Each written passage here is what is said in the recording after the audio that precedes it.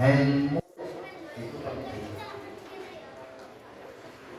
Tanpa ilmu semua akan rusak.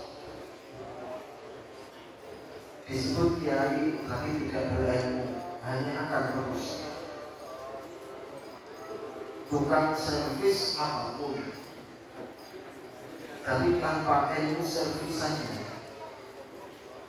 yang ada hanya akan merusak. Jadi ilmu itu penting sekali. Tapi pentingnya ilmu itu harus didampingi oleh adab yang menjadikan berkahnya ilmu itu sendiri. Orang yang umpamanya itu bisa membenahi mesin cuci atau membenahi mobil, kalau tanpa adab kurang berkah, karena akan ada tipuan-tipuan karena ilmunya. Orang yang berilmu itu kalau tanpa adab maka akan banyak belokan-belokan yang tidak benar, yang akan menjadikan orang lain kapok. Saya tidak akan lagi menservis di hal ini, dan apa walaupun berbanyak, tapi banyak tipuannya. Mungkin yang pertama mendapatkan bayaran yang tinggi karena hebatnya ini, tapi karena kurangnya adab maka tidak berkah. Hanya sekali itu saja. Beda kalau dengan adab. Datang orang yang nggak ngerti diberi pengetahuan yang kira-kira bisa untuk dibenahi, tidak harus beli, dibenahi tidak harus beli. Insya Allah bengkelnya hal ini akan menjadi bengkel rujukan semua orang yang mempunyai mobil yang berbeda. Ini karena berkahnya ada. Santri pun seperti itu. Mungkin ada di antara kita yang dulu ketika pesantren pinter, tapi ternyata nyampe rumah enggak disukai oleh masyarakat. Bukan karena tidak pinternya, tapi karena kurangnya adab. Jadi adab ini penting untuk kita mendapatkan keberkahan dari ilmu yang kita miliki. Maka banyak cerita orang-orang yang di pesantrennya tidak ngalim banget. Kiai Syahroni itu dulu di pesantren gak ngalim. Alhamdulillah punya adab, rambutnya putih, ada adabnya. Maksudnya di Fauzan yang pintar apa?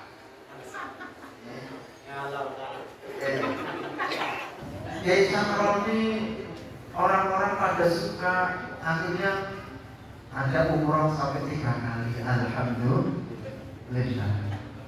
Itu kiai umroh berkat dari keberkahan. Paling tidak kalau ilmu kita itu berkah, anak kita itu maulah untuk ngaji. Kalau kita menjadi orang yang berkah. Jadi kalau sampean punya teman, dulu teman sampean itu pesantren, tapi anaknya suruh pesantren nggak mau, itu mungkin karena kurang berkahnya ilmu yang dimiliki. Maaf ini bukan hanya santri, kadang-kadang kiai, bapaknya kiai, anaknya suruh ngaji nggak mau. Karena apa? Karena walaupun kiai kurang berkah ilmunya. Kiai itu nggak selamanya itu berarti barokah, itu enggak. Berkah itu ketika ilmu membawa kebaikan. Maka jangan sampai yang merasa hebat ketika mempunyai santri. Santri itu amanah. Jangan bangga ketika kalian ada yang mengambil kiai ini. Jangan. Karena itu adalah amanah dari Allah. Pantas enggak kita itu diundang? Ya, kira-kira orang lain itu bisa enggak meniru kita? Karena dari zaman dulu, dari zaman Rasulullah Sallallahu Alaihi Wasallam, ngaji itu yang banyak ngaji Rasul. Jadi melihat kiai itu ya dalil. Maka Nabi itu berani berkata, "Sallu kama ra'aitumuni usalli." Nabi berkata berani seperti itu. Tapi kalau kita berani tidak mengatakan yang semacam itu, sholatlah seperti kalian melihat saya sholat, beribadahlah seperti kalian melihat saya beribadah, tirulah saya. Orang wanita nggak ada yang berani. Karena apa? Karena kita ilmu tapi adabnya kurang.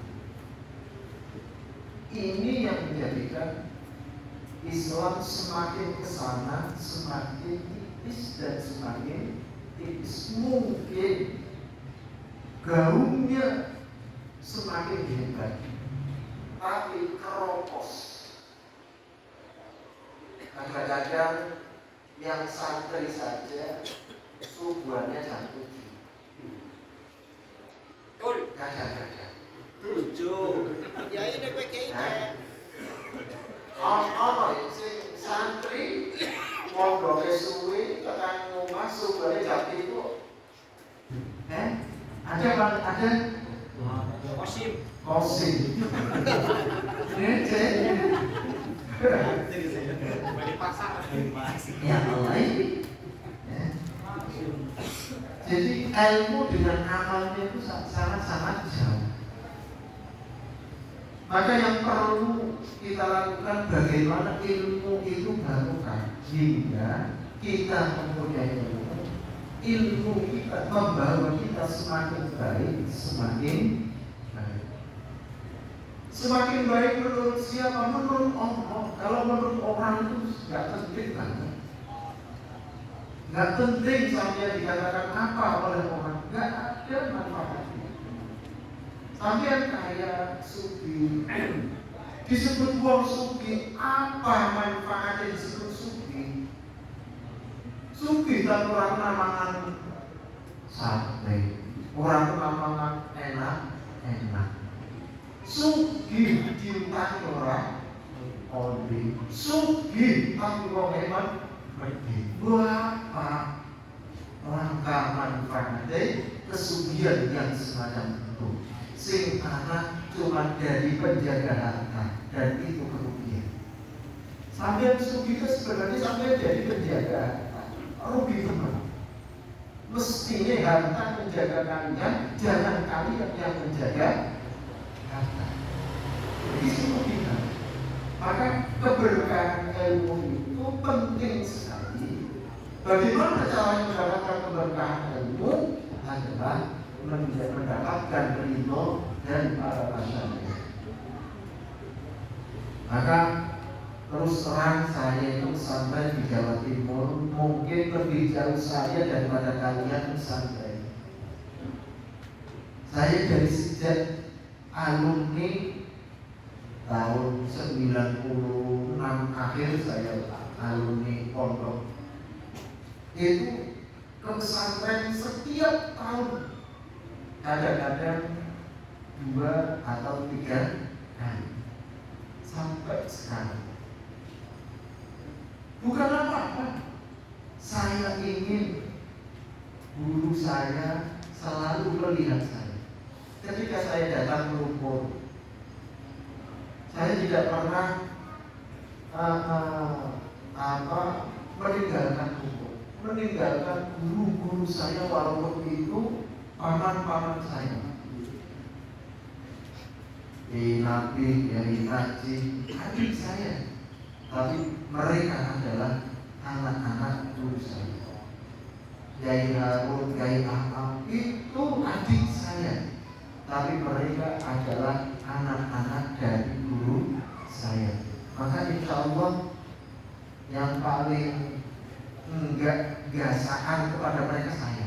Kalau saya takut saya tidak diridhoi oleh guru-guru saya. Kalau ilmu saya itu sampai dia sendiri, saya itu paling gak pintar di lumpur. Maka saya tahu diri, saya gak pantas hidup di lumpur. Saya pergi ke Pekalongan. Bab saya yang paling tidak pintar. Tapi saya ingin ilmu saya yang sedikit itu ada barokah dari kiai-kiai saya. Kalau saya sebagai keponakan, apalagi kalian semua yang ada santri. Kalau saya kan santri dan keponakan, jadi saya dua. Ya, jadi ayo kita jangan kecil hati, selalu mendekat. Biarlah guru-guru kita melihat. Jangan kita menjauh. Guru saya sudah meninggal. Jangan anggap bahwa ketiadaan mereka di dunia ini berarti tidak ada di sini. Enggak. Beliau ada di sini. Karena ketika Rasulullah Sallallahu Alaihi Wasallam itu digambarkan oleh Allah Subhanahu Wa Taala, barang siapa datang kepadamu kemudian memohon ampunan kepadaku Allah Subhanahu Wa Taala dan engkau memintakan ampunan kepada mereka.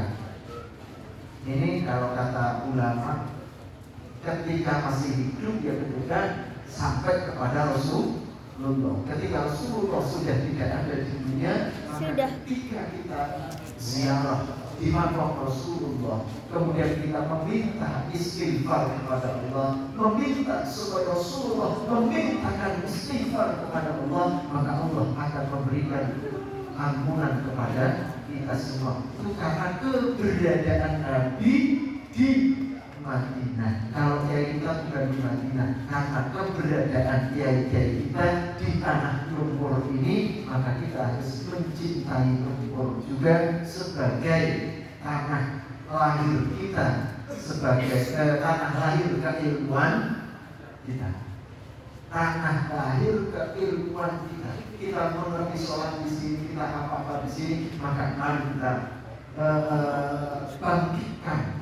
bangkitkan tinggalan kiai-kiai kita. Untuk kita silaturahmi ke sini akan sangat kesulitan kalau tanpa ada wasilah. Maka perlu adanya wasilah, di antaranya apa? Anak-anak kita. Ayo kita sekolahkan di sini, kita pondokkan di sini. Pondokkan sekolah. Insya Allah ketika kalian mau, akhirnya mau datang di sini dan bisa ziarah ke makam guru-guru dan itu pasti ada nilai positif secara nur. Secara nur itu ada nilai positif. Dan itu seakan-akan kalau baterai itu kita ngecas, kita kembali ngecas lagi. Dan itu yang akan menambahkan keberkahan ilmu kita. Jadi akan menghilangkan kesombongan kita, akan menghilangkan keakuan kita bahwa saya bisa ini, karena saya semacam ini.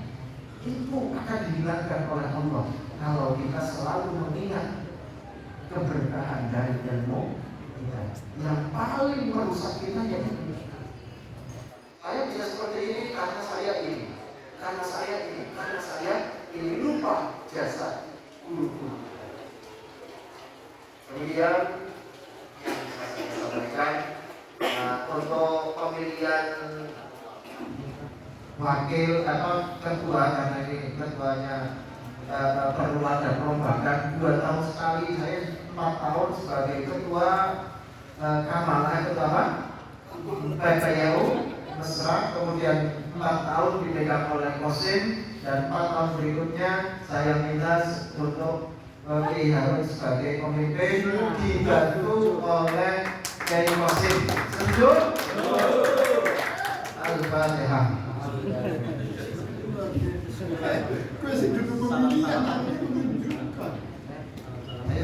Ayo Mustafa.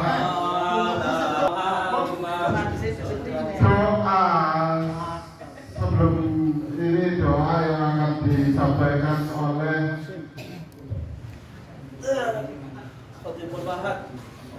Oh ya, untuk alumni yang mau beli seragam silakan dibeli di teras depan. Harga Rp75.000. Kontan tidak boleh ada yang utang. Putra dan putri. Untuk yang terakhir adalah sebelum kita salam-salaman, kita mintakan doa kepada kepala sekolah Madrasah Aliyah yang akan disampaikan oleh Kiai Abdul Rahman. Kepadanya dipersilakan. Amin.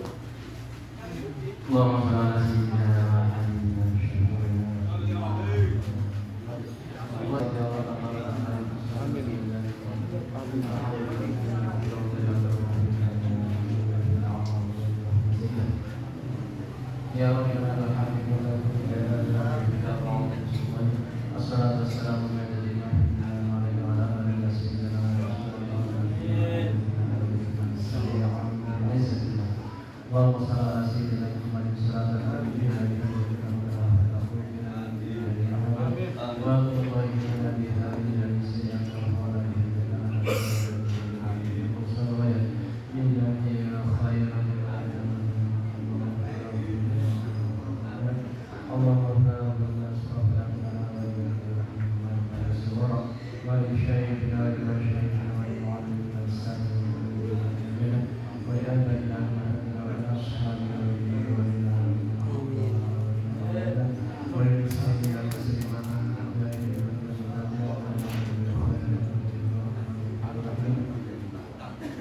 ala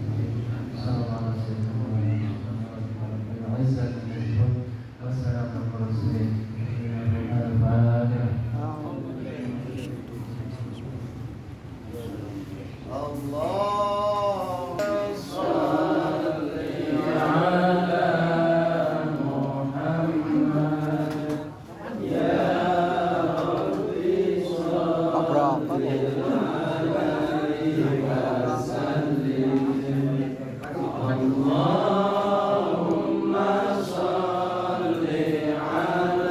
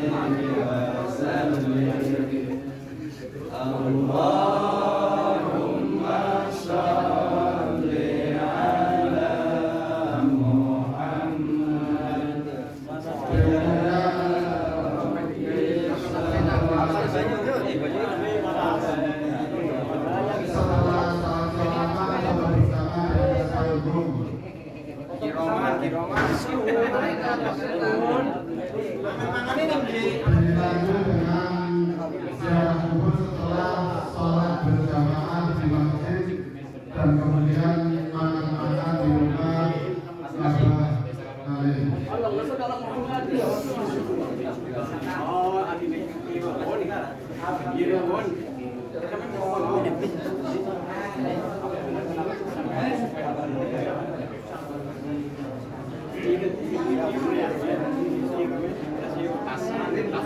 Alif.